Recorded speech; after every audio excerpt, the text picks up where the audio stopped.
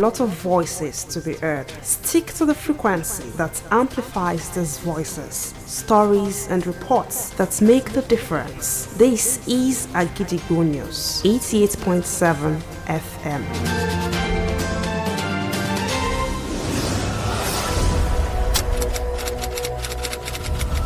This is Kunle Amzat Studio, Akojopo 88.7 FM. Welcome to News Around the World.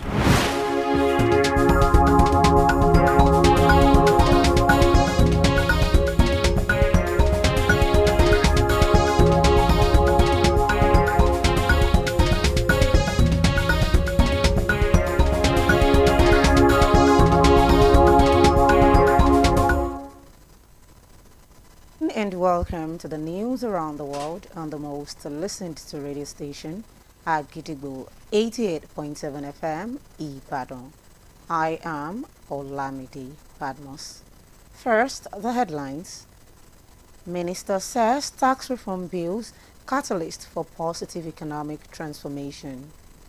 In Oyo State government assured Labour Group of collaboration on easy operations of CNG buses. On the foreign scene, Trump avoids punishment at hush money sentencing. While in the exciting world of sports, Daniel Amokachi resumes training with new players in Lobby Stars camp.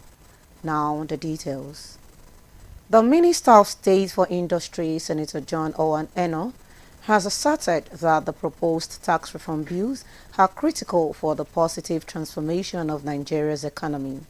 Senator Owen Eno made these comments today during a press interaction in his hometown of Etung, Cross River State, while praising President Bola Tinubu for the proposed bills, emphasizing that they would significantly benefit the industrial sector. The minister also reminded citizens of the president's goal for a $1 trillion economy, indicating that tax reform is essential for realizing this ambition, while noting that many Nigerians initially opposed the bills without fully understanding their provisions, which led to calls for their retraction. The minister, however, acknowledged the current economic difficulties while outlining the government's long-term recovery strategy and further expressed satisfaction that those who initially requested a withdrawal eventually grasped the importance of reform and came to support the measures. Now in Oyo State, the state government has assured Nigerian Labour Congress its will to collaborate with them in order to make the operations of the workers' CNG buses easier. The Oyo State Governor, Engineer Oluseyi Makinde, who was represented by the Deputy, Barrister Adebayo Lawal, stated this during the handing over ceremony of 10 CNG-powered buses to the Southwest Zone. Details of the event held at the Labour House, Agodi, Ibadan, is presented by Agidigbo FM Governor's Office correspondent, Oluwapemi Bamidele. The Oyo State Governor, Engineer Oluseyi Makinde, who was represented by the Deputy Governor, Barrister Adebayo Lawal, led some members of the State Executive Council to the handing over ceremony of 10 CNG buses by the President of the Nigeria Labour Congress, Comrade Joe Ajaero, to the Oyo State Labour Congress. The distribution of the 10 CNG buses was part of the initiative of the federal government to ease the cost of transportation amongst workers in the country due to the removal of fuel subsidy during the wake of the Bola Ahmed-led administration. Solidarity forever, solidarity forever, for the union makes us strong. The 10 CNG buses are shared 10 per zones across the country, and the Oyo State will be the base of the Southwest Zone, excluding Lagos State, which has a special arrangements. The Oyo State Governor, in his remarks, appreciated the Nigeria Labour Congress for pushing for adequate transportation and also appreciated the Labour leaders in the state for extending hands of cordial relationship with the state government. Barrister Adebayo Lawal While speaking further, said the CNG buses will add more to the effort of the state government in easing stress of transportation amongst workers in the state, as the state has already over 10 buses picking its staff from their various homes free of charge daily, thereby giving them more disposable income. In Oyo State, we will collaborate and complement this effort, because even before now, we have an agency of government that is dealing with movement of people. And if you go to the secretariat now, you'll see nothing less than 10 vehicles dedicated for movement of workers from their homes to the secretariat, from secretariat to their various homes. The deputy governor therefore called for more deployment of these buses once they are available, so all the zones in the country will be adequately catered for. The president of the Nigeria Labour Congress, Comrade Joe Ajaero, in his remarks, faulted the federal government's approach on tax reform, saying it is not worker-friendly. Comrade Ajaero stressed the need for the federal government to engage stakeholders, including labor leaders, before taking further actions on the tax reform bill. Because if you take a baseline of 70,000 a month, which nobody is supposed to pay, but there's nobody on level 1, step 1. That's the 70,000. So by the time you get to where people are, everybody has been cut off with the 800 or 1 million bracket. So this tax did not exclude Nigerian workers. And that's areas that if you had been consulted, and we are saying that we need to talk. That's the whole point, so that we tell you where it is hurting us. And that equally brings on the issue of. Earlier in his welcome address, the state chairman of the Nigeria Labour Congress, Oyo State Council, Comrade Kayode Martins, called on all state governments in the Southwest Zone to collaborate with the worker CNG buses initiatives in order to ease the transportation burden on the workers in their states. I'm of an opinion that if transportation is eased and the issue of some other things, we wouldn't feel the burden on subsidy removal so much. So this is just the starting point. The event was graced by some commissioners, political appointees, and labor leaders across Southwest Zone. Oluwapemi Bamidele, Agidigbo News, Ibadan. Still in Oyo State, the Alaafin of Oyo is one of the prominent kings in Yoruba and a custodian of the Oyo Palace, a symbol of Yoruba culture and a leader that calls attention to the importance of Yoruba values. The Alaafin stool has been vacant for over 2 years. However, Governor Seyi Makinde officially announced Prince Akeem Abimbola Howade as the new Alaafin of Oyo. Agidigbo FM News crew visited Oyo town to observe the atmosphere ahead of the coronation of the new Alaafin. Oluwatosin Ologun has the reports. The official approval of Prince Akeem Abimbola Howade as the new Alaafin of Oyo by Governor Seyi Makinde has brought joy and happiness to many people in Oyo. The recent approval brought an end to speculations over the successor to the revered throne, which has been vacant following the passing of Oba Lamidi Adeyemi III on April 22, 2022. According to history, departed Oba Lamidi Adeyemi ascended the throne as Alaafin in 1970, succeeding Alaafin Gbadegeshin Ladigbolu II. More than ever, the ancient Oyo town is enjoying peace as residents anticipate the coronation of the new Alaafin. In an interview with Agidigbo FM, His Royal Highness, the Elekpe of Isheke, Oba Pastor Abel Olufemi Oyekomi, explained the selection process to the throne of Alaafin of Oyo. Immediately after the death of any Alaafin of Oyo, the first thing to be done is the rituals. There are some rituals that have to be performed. There are people that have been saddled with that responsibility. After they might have completed their own rituals and Alaafin himself is laid to rest, then The other thing now falls on Baba Yaji. Baba Yaji is the head of all the Omobas across the Oyo Kingdom. So his own responsibility is to take the list of those that are interested, the families and the names of those that are interested in becoming the next Alaafin. At the Oyo Palace, the Kudefu of Alaafin Oyo, Chief Wasiu Bolaji, said the official announcement of the new Alaafin has brought joy to the palace.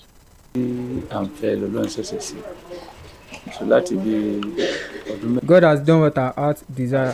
For close to 3 years that the Alaafin stool has been vacant. We have been mourning, we are mourning. But since we heard about the announcement of the new king, we are experiencing a better atmosphere, different from the previous one. We know that Alaafin is a source of joy, peace, and growth.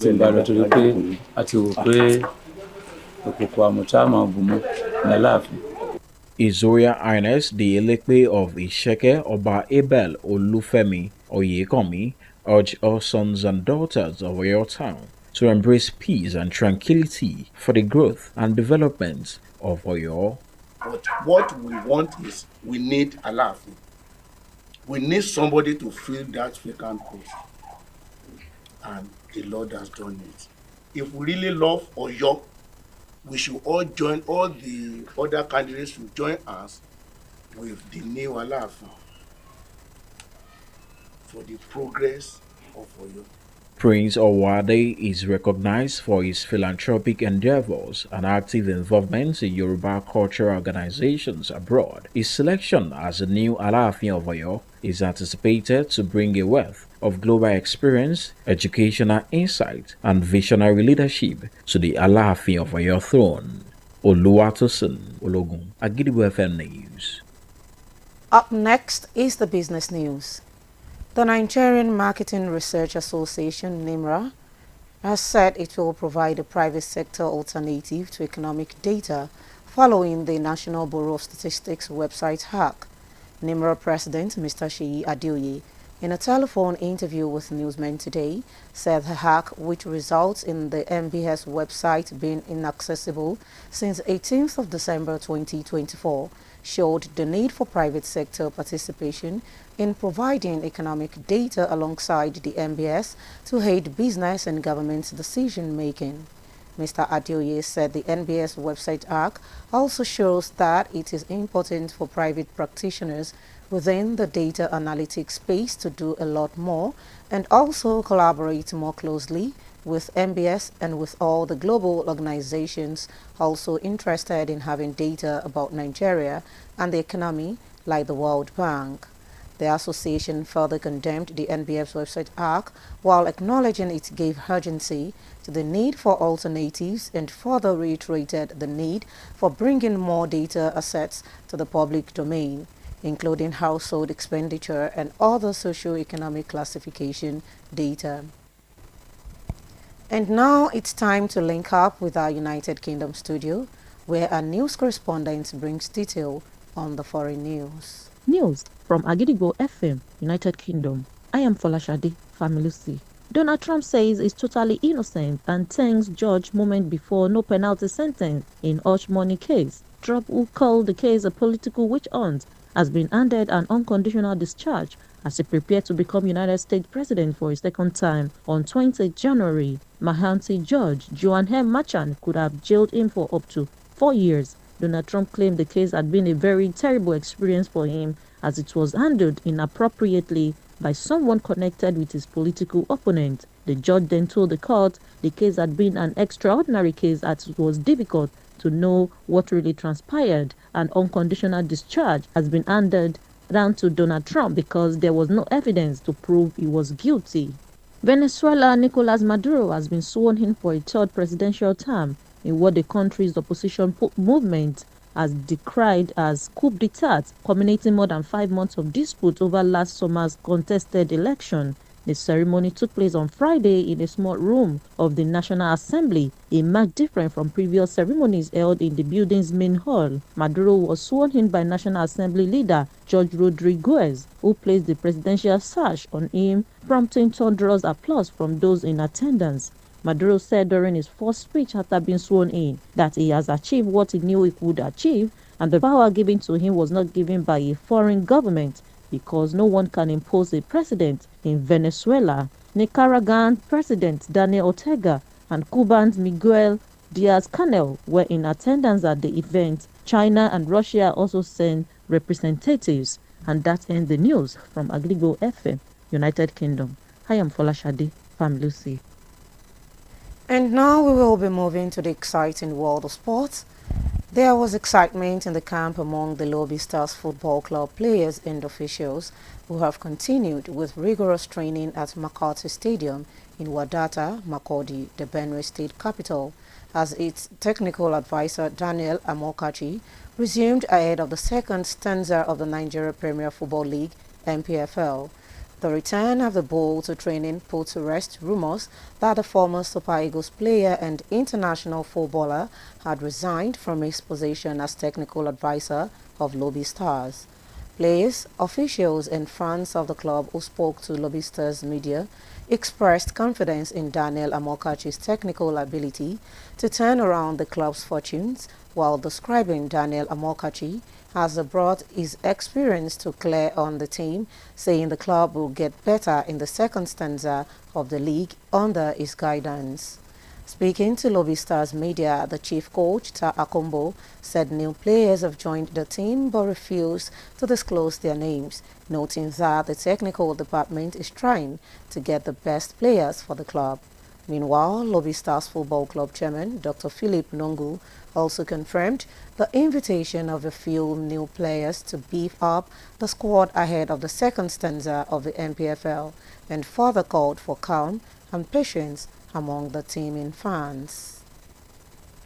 Before we end the news around the world this evening, here are the headlines again. Minister says tax reform bills catalyst for positive economic transformation. In Oyo State government assured Labour Group of collaboration on easy operations of CNG buses.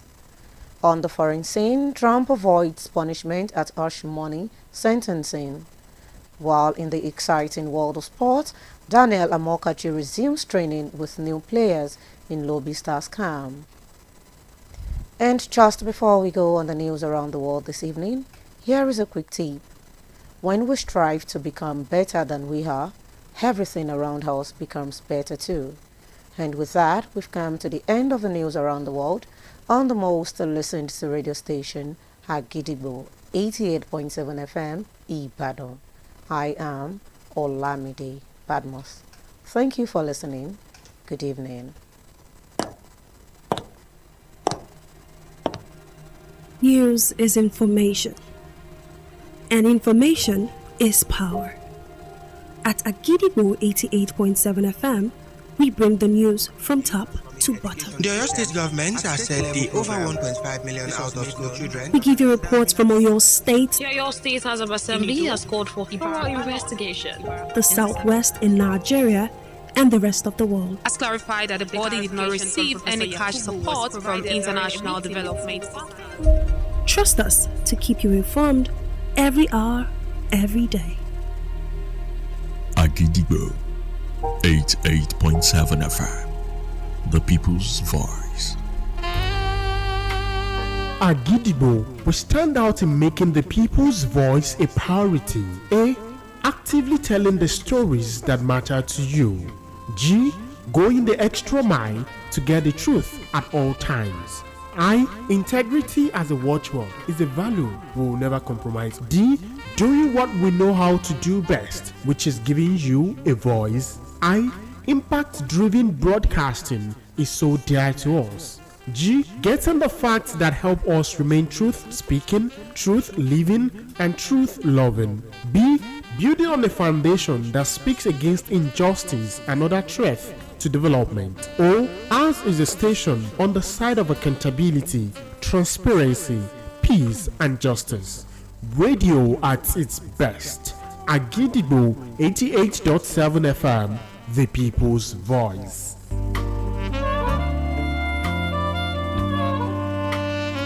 Agidigbo 88.7 FM.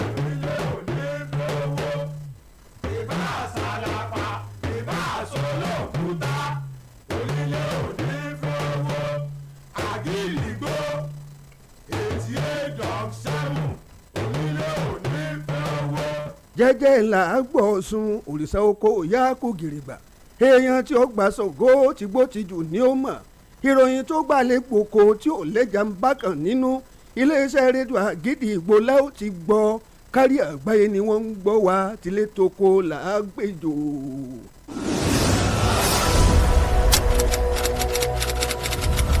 This is Kunle Amzat Studio, Agidigbo 88.7 FM. Ẹ káàbọ̀ sórí àkójọpọ̀ ìròyìn. Níbo la ó ti gbọ́ Àgídìgbò? Níbo la ó ti gbọ́ Àgídìgbò? Ìròyìn lẹ́kùnrẹ́rẹ́ Àgídìgbò FM 88.7 la ó ti máa gbọ́. Ẹ káalẹ́ o, àkójọpọ̀ ìròyìn talẹ́ òní rèé láti iléeṣẹ́ rédíò Àgídìgbò 88.7 FM Ìbàdàn. Ìkànnì àkọ́kọ́ táyé ń gbọ́ jù lórí àtẹ ìgbéléwọ̀n. Olúwaṣẹ́gun Adéṣetán ni oníròyìn yín. Ṣáájú ẹ gbọ́ kókó tó wà nínú ìròyìn náà.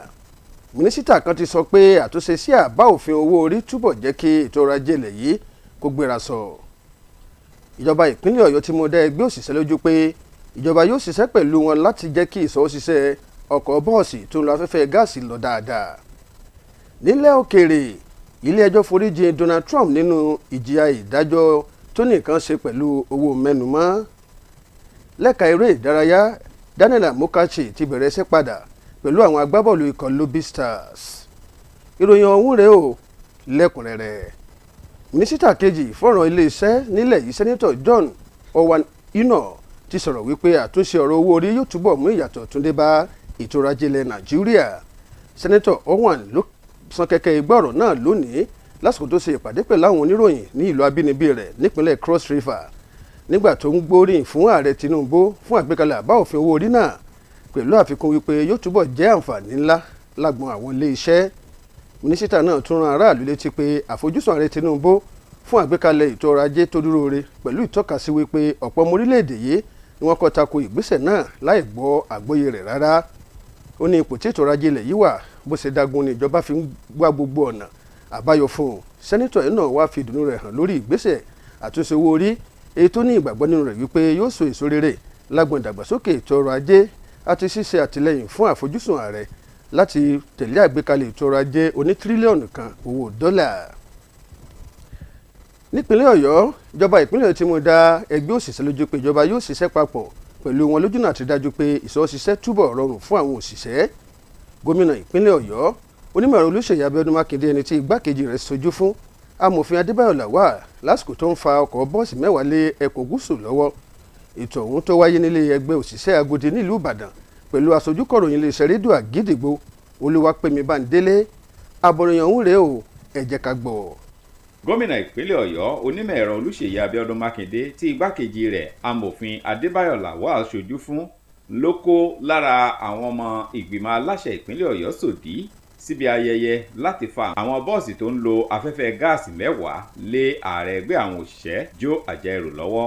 Pínpín irú àwọn bọ́ọ̀sì mẹ́wàá bẹ́ẹ̀ ló jẹyọ nínú èròǹgbà ìjọba àpapọ̀ láti mú ìgbésí ayé dẹ àwọn òṣìṣẹ́ lọ́rùn lórí owó ọkọ̀ wíwọ̀ látàrí ìnira tí ìyọkúrò owó ìrànwọ́ orí epo pẹtiró tí ìṣèjọba Bọ́lá Ahmed Tinubu gùn lé.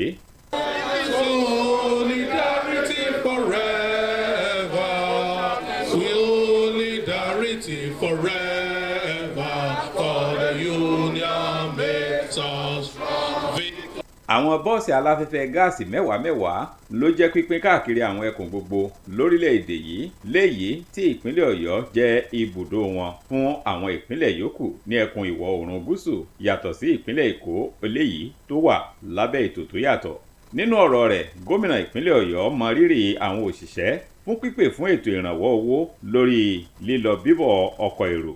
Ó sì dúpẹ́ lọ́wọ́ àwọn aṣáájú ẹgbẹ́ òṣìṣẹ́ ní ìpínlẹ̀ Ọ̀yọ́ fún ọwọ́ ọ̀rẹ́ tí wọ́n nà sí ìjọba.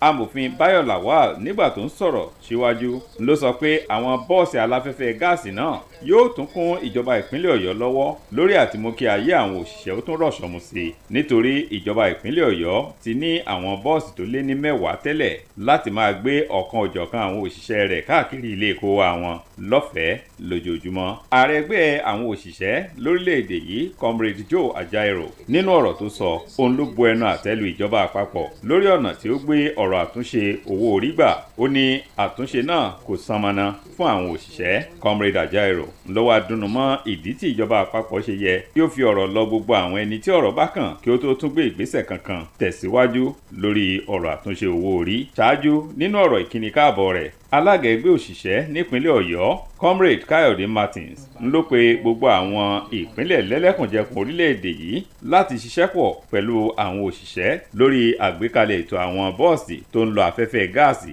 láti mú kí ayé dẹrùn fún àwọn òṣìṣẹ́ lórí ọ̀rọ̀ ọkọ̀ wíwọ̀ lẹ́lẹ́kùnjẹkùn orílẹ̀-èdè wa. Àwa ẹgbẹ́ òṣìṣẹ́ náà la fúnjọba lọ́wọ́ orúkọ báyìí pé kọ́ ṣe orúkọ báyìí. Wọ́n ṣe wá ṣe eléyìí bó tiẹ̀ jẹ́ wípé kékeré a máa ti bẹ̀rẹ̀. Tírú eléyìí bá tún wá sí wàhálà àti wọkọ̀ káàkiri á lọ sílẹ̀. Lára àwọn tó péjú pésẹ̀ síbi ètò yìí láti rí àwọn kọmíṣánná àwọn tí wọ́n yàn sí ipò òṣèlú àti àwọn aṣáájú ẹgbẹ́ òṣìṣẹ́ káàkiri ẹkùn ìwọ̀ oòrùn gúúsù ìpínlẹ̀ Ọ̀yọ́. Ọlásùnmádé Àkànó ló ń jábọ̀ fún iléeṣẹ́ Àgídìgbò. Aláàfin tìlú Ọ̀yọ́ ló jẹ́ ọ̀kan pàtàkì nínú àwọn ọba aládé nílẹ̀ Yorùbá, èyí tí ṣe àfihàn àmì nípa àṣà àti ṣe ilẹ̀ Yorùbá àti aṣáájú tó pè fún pàtàkì àti ìmọrírì ìran Yorùbá. Orí àpèrè Aláàfin ló ti ṣòfò láti bí ọdún méjì sẹ́yìn. Ẹ̀wẹ̀ gómìnà ìpínlẹ̀ Ọ̀yọ́ onímọ̀ ẹ̀rọ Olúṣèyí Abíọ́dún Mákindé ti wá kéde ọmọọba Akeem Abímbọ́lá Ọ̀wọ́adé gẹ́gẹ́ bí Aláàfin Ọ̀yọ́ tuntun. Ikọ̀ akọ̀ròyìn Àgídìgbò FM tó ṣe àbẹ̀wò sílùú Ọ̀yọ́ wòye bí nǹkan ṣe lọ nílùú Ọ̀yọ́ ṣáájú fífi Aláàfin tuntun jẹ. Olúwatósìn Ológun ṣe àkójọpọ̀ ìròyìn. Àbọ̀ròyìn ọ̀hún rèé o látẹnu Títílayọ̀ Àkàndé. Ìgbésẹ̀ bí gómìnà ìpínlẹ̀ Ọ̀yọ́ Olúṣèyí Mákindé ṣe fòǹtẹ̀lù ọmọọba Akeem Abímbọ́lá Ọ̀wọ́adé gẹ́gẹ́ bí Aláàfin Ọ̀yọ́ tuntun ló ti mú ayọ̀ àti ìdùnnú bá ọ̀pọ̀lọpọ̀ èèyàn nílùú Ọ̀yọ́.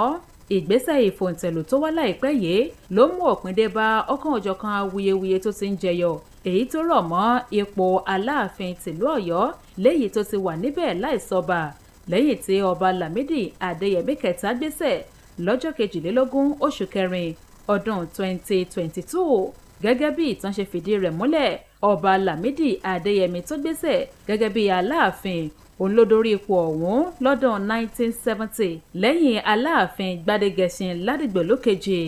Jù tàtẹ̀yìnwá lọ, ìdùnnú ti ṣubú láyọ̀ fún àwọn èèyàn ìlú Ọ̀yọ́ tí wọ́n sì wà ní mùsùlùmí nínú àlàáfíà pẹ̀lú bí àwọn olùgbé ìlú Ọ̀yọ́ ṣe ti ń retí tìkò tí wọ́n jáwé oyè lé Aláàfin tuntun náà lórí.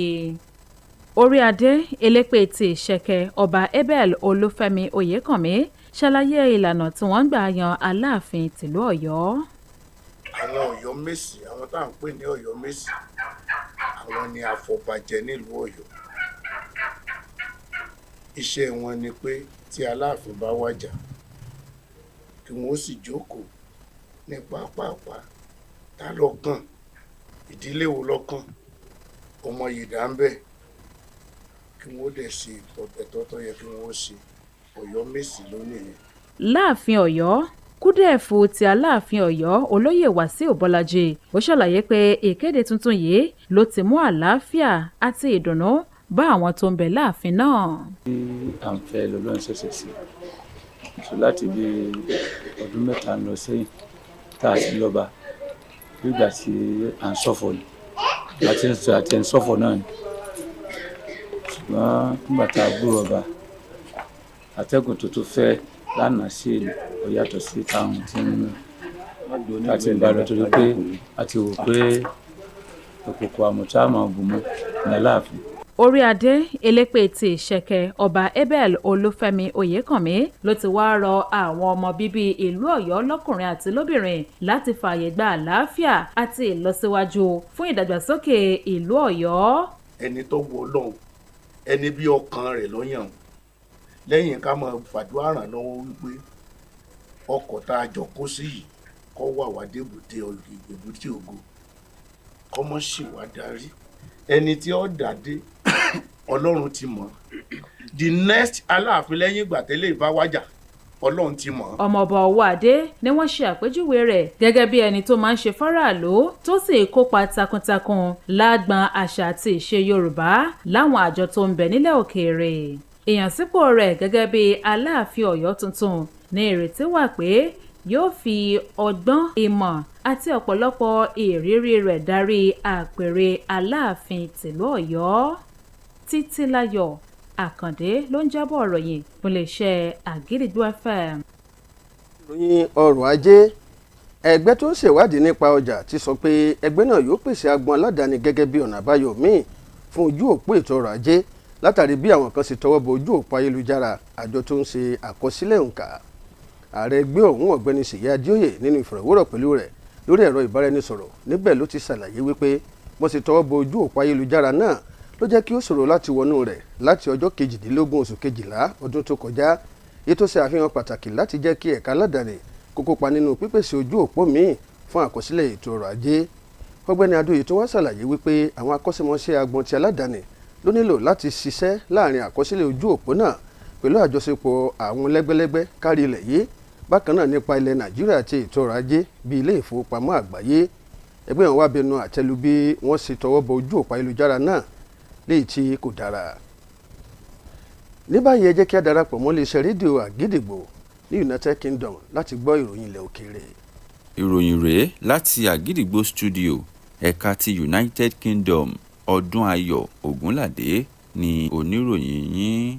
Donald Trump ní òun kò mọ nǹkan kan nípa ẹ̀sùn tí wọ́n fi kan òun bẹ́ẹ̀ sì ni ó dúpẹ́ lọ́wọ́ adájọ́ pẹ̀lú bó ṣe dá a láre lórí ọ̀rọ̀ ẹ̀sùn náà èyí tó ní ṣe pẹ̀lú fífún obìnrin kan lówó láti má bàa tú àṣírí rẹ̀ ìkọ̀kọ̀ síta lásìkò tí ààrẹ tí wọ́n dìbò yàn láìpẹ́ yìí nílẹ̀ Amẹ́ríkà Donald Trump ẹni tí ìrètí wà pé yóò gba ìkúdà ìṣàkóso ológúnjọ́ oṣù yìí farahàn níwájú onídàájọ́ Joan M. Marchant lánàá òde yìí nílé ẹjọ́ kan tó wà ní Manhattan. Níbẹ̀ ló ti sọ àwíjàre rẹ̀ pẹ̀lú àlàyé pé àwọn alátakò òun nínú òṣèlú ló mọ̀ọ́mọ̀ sá sí abẹ́ ọ̀rọ̀ náà láti máa fi bà òun lórúkọ jẹ́. Nígbà tí adájọ́ náà yóò gbé ìdájọ́ rẹ̀ kalẹ̀ ó kọ́kọ́ ṣe lálàyé pé ẹ̀sùn náà jẹ́ ọ̀rọ̀ ṣùnùkùn tó sì nílò kí òun fi ojú ṣùnùkùn wò ó àti wípé ó ṣòro láti mọ̀ bí ọ̀rọ̀ náà ṣe jẹ́ gan ní pàtó. Lẹ́yìn náà ni adájọ́ náà wá gbé ìdájọ́ rẹ̀ kalẹ̀ wípé kí Trump máa lọ láyọ̀ àti àlàáfíà nítorí wípé kò sí ẹ̀rí tó dájú wípé ó ṣe ẹ̀ṣẹ̀ náà. Wọ́n ti búra fún ààrẹ Nicolas Maduro gẹ́gẹ́ bí ààrẹ Venezuela fún ìgbà kẹta ní kété tí wọ́n búra fún ààrẹ Nicolas Maduro láti ṣe sáà kẹta lórí ipò náà ní àwọn ẹgbẹ́ alátakò lórílẹ̀‐èdè náà ti bẹ̀rẹ̀ sí ní nàka àléébù sí ìgbésẹ̀ ọ̀hún pẹ̀lú àlàyé pé awuyewuye ṣì ń lọ lọ́wọ́ lórí ìbò tó kọjá.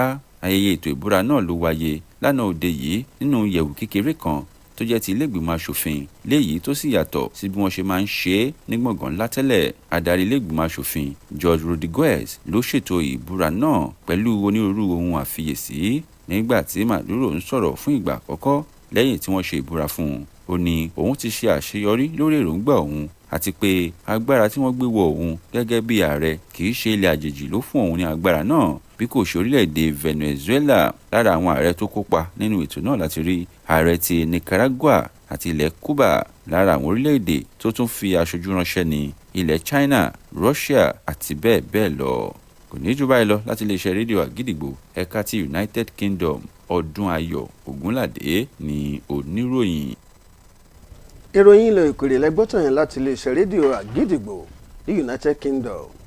ní báyìí lẹ́ka eré ìdárayá ìdùnnú ṣubú lu ayọ̀ nínú ikọ̀ agbábọ́ọ̀lù Lobby Stars pẹ̀lú bí àwọn ọmọ ẹgbẹ́ agbábọ́ọ̀lù ọ̀hún àtàwọn òṣìṣẹ́ ẹbẹ̀ kò sí lè pa ayọ̀ wọn mọ́ra lásìkò tí ọ̀gá àgbà akọ́nimọ̀ọ́gbá ikọ̀ náà Daniel Amukachi padà sẹ́nu iṣẹ́ rẹ̀ ṣáájú ìpele keje ètò ìfigagbága ìdíje líìgì ilẹ̀ Nàìjíríà.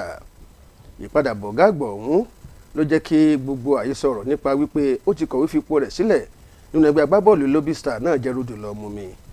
Àwọn agbábọ́ọ̀lù tòun tàwọn òṣìṣẹ́ àtàwọn olólùfẹ́ ikọ̀ náà tó bá àwọn oníròyìn inú ẹgbẹ́ agbábọ́ọ̀lù náà sọ̀rọ̀ wọ́n ṣàfihàn ìgbẹ́kẹ̀lé kíkún tí wọ́n ní nínú ìṣọwọ́ṣiṣẹ́ Daniel Amokachi ẹni tí wọ́n ṣàpèjúwe rẹ̀ gẹ́gẹ́ bí egun ṣóńṣó ti parí ike lẹ́ka eré bọ́ọ̀lù aláfẹsẹ̀gbá tó ìtúbu omi ìrírí rẹ̀ ní ikọ̀ agbábọ́ọ̀lù náà. Wọ́n ṣàfikún ọ̀rọ̀ wípé àwọn gbàgbọ́ wípé ẹgbẹ́ agbábọ́ọ̀lù náà ni yóò jáwé sóbè lábẹ́ ìdarí rẹ̀ ní abala kejì ìdíje ọ̀hún. Lásìkò tí akọ́nimọ̀ọ́gbá àgbà nínú ikọ̀ náà Tale Akumbo ń bá àwọn oníròyìn sọ̀rọ̀ ó ṣàlàyé wípé àwọn agbábọ́ọ̀lù tuntun tí wọ́n darapọ̀ mọ́ ikọ̀ náà ṣùgbọ́n tí kò dárúkọ wọn tó ń ṣàlàyé wípé àwọn ìgbìmọ̀ tó mójútó ìlànà àtẹ̀lé nínú ẹgbẹ́ agbábọ́ọ̀lù náà ni wọ́n ṣe gbogbo ohun tó wà níkápá wọn láti mú àwọn agbábọ́ọ̀lù tó dáńtọ́ wá sínú ẹgbẹ́ agbábọ́ọ̀lù ọ̀hún. Wàyí o alága ẹgbẹ́ agbábọ́ọ̀lù náà ọ̀mọ̀wé Philip Nongo náà fìdí ọ̀rọ̀ múlẹ̀ wípé àwọn ti ránṣẹ́ pé àwọn agbábọ́ọ̀lù tuntun kan lójúnà tí lè jẹ́ kí ikọ̀ agbábọ́ọ̀lù ọ̀hún tó dúró re sí ju ti àtẹ̀yìnwá lọ ṣáájú abala kejì ìdíje ọ̀hún ó ètò fásitì náà pè fún sùúrù láàrin àwọn olólùfẹ́ ikọ̀ náà. Kí n tó mẹ́nu dúró lórí àkójọpọ̀ ìròyìn fún ti alẹ́ òní ẹ jẹ́ ká gbọ́ kókó tó wà nínú rẹ̀ lẹ́ẹ̀kan sí i. Mínísítà kan ti sọ pé àtúnṣe sí àbá owó orí yóò túbọ̀ jẹ́ kí ètò ọrọ̀ ajé ilẹ̀ yìí kó túbọ̀ gbéra sọ. Nípínlẹ̀ Ọ̀yọ́ ìjọba ìpínlẹ̀ tí mo dá ẹgbẹ́ òṣìṣẹ́ lójú pé ìjọba yóò ṣiṣẹ́ pẹ̀lú wọn láti jẹ́ kí ìṣọwọ́ṣiṣẹ́ ọkọ̀ bọ́ọ̀sì tó ń lo afẹ́fẹ́ gáàsì kó lọ dáadáa. Nílẹ̀ òkèèrè ilé ẹjọ́ foríjì Donald Trump nínú ìjìyà ilé ẹjọ́ tó nìkan ṣe pẹ̀lú owó mẹ́numọ́. Lẹ́kẹ̀rẹ́ ìdárayá Daniel Amokachi ti bẹ̀rẹ̀ iṣẹ́ padà pẹ̀lú àwọn agbábọ́ọ̀lù ikọ̀ Lobby Stars. Ọ̀rọ̀ àmọ̀ràn wa fún tòní rèé o níwọ̀n ìgbà tí a bá ti ń gbìyànjú láti dára ju ti àtẹ̀yìnwá lọ gbogbo nǹkan tó bá rọ̀gbà yí wa kánà ni yóò máa wà nípò tó tún dára sí i. Kò ní jù báyìí lọ lórí àkójọpọ̀ ròyìn fún talẹ́ òní láti iléeṣẹ́ rédíò Àgídìgbò 88.7 FM Ìbàdàn ìkànnì àkọ́kọ́ táyé ń gbọ́ jù lórí àtẹ ìgbéléwọ̀n. Olúwaṣẹ́gun Adéṣetán ló mọ̀ wá sí etígbọ̀ yín ẹ ṣé tẹ̀ ń gbọ́ wa o. Níbo la ó ti gbọ́ Àgídìgbò? Níbo la ó ti gbọ́ Àgídìgbò? Ìròyìn lẹ́kùnrẹ́rẹ́ Àgídìgbò FM 88.7 la ó ti máa gbọ́. Bí jẹjẹrẹ ti jẹgi tó dáa nínú oko tí sọ ọ́ dìdàkudà bẹ́ẹ̀ ni ìròyìn ẹlẹ́jẹ̀ ìròyìn òfegè irọ́ funfun báláwú ṣe é ṣayé èèyàn dà jìnnà sí kíkọ tàbí títàn ká ìròyìn ẹlẹ́jẹ̀ lórí ẹ̀rọ ayélujára tàbí alátẹnudẹnu ìròyìn ẹlẹ́jẹ̀ dàrúrú ni ẹ jìnnà sí ẹ já sòdodo tí gbórílẹ̀-èdè lékè. Àgídìgbò FM 88.7 ló ní bó ṣe jóun aráàlú ó gbọ́dọ̀ jẹ́ òdodo.